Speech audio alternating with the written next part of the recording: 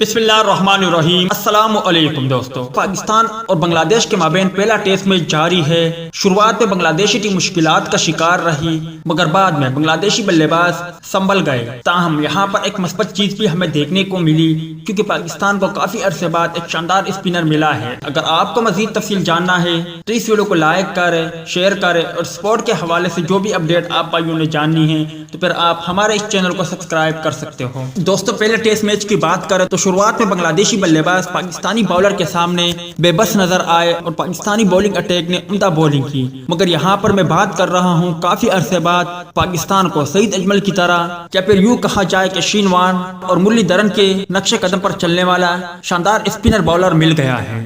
جی ہاں دوستوں، میں بات کر رہا ہوں ساجد خان کی، کیونکہ ساجد خان نے کچھ گیندیں کروائی ہے اور وہ بہت ہی شاندار گیندیں ہیں۔ ساجد خان کی بولنگ کو دیکھا جائے تو وہ مستقبل میں پاکستان کے لیے سعید اجمل کی طرح باؤلر بن سکتے ہیں، کیونکہ ان میں وہ خاصیت ہے۔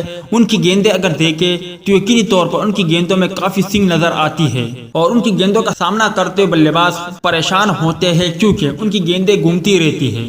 ساجد خان کی بات کریں تو انہوں نے آج کے میچ میں اب تک ایک وکٹ حاصل کی، مگر گیندوں کی بات کریں تو انہوں نے کافی مشکل گیندیں کروائی ہے اور اس سے پہلے بھی قائد اعظم ٹرافی میں انہوں نے کافی عمدہ بولنگ کی ہے اور کافی اچھے اور بڑے بلے بازوں کو پریشان کیا ہے۔ اب اگر دیکھا جائے تو پاکستان کو کافی عرصے بعد ایک ایسا اسپنر ملا ہے جو یقینی طور پر آگے چل کر سعید اجمل یا پھر شین وان اور مرلی دھرن کے نقش قدم پر چلتے ہوئے پاکستان کے لیے بہترین کردار ادا کر سکتے ہیں۔ آپ بھائیوں کو کیا لگتا ہے کہ ساجد خان کی بولنگ میں وہ کمال موجود ہے جو سعید اجمل کی بولنگ میں تھی، یا پھر ساجد خان وہ کردار ادا کر سکتے ہیں جو سعید اجمل پاکستان کے لیے ادا کرتے تھے؟ امید ہے دوستوں آج کے مختصر ویڈیو بھی آپ بھائیوں کو پسند آئی ہوگی۔ ٹیک کیئر، بائے بائے، اللہ حافظ۔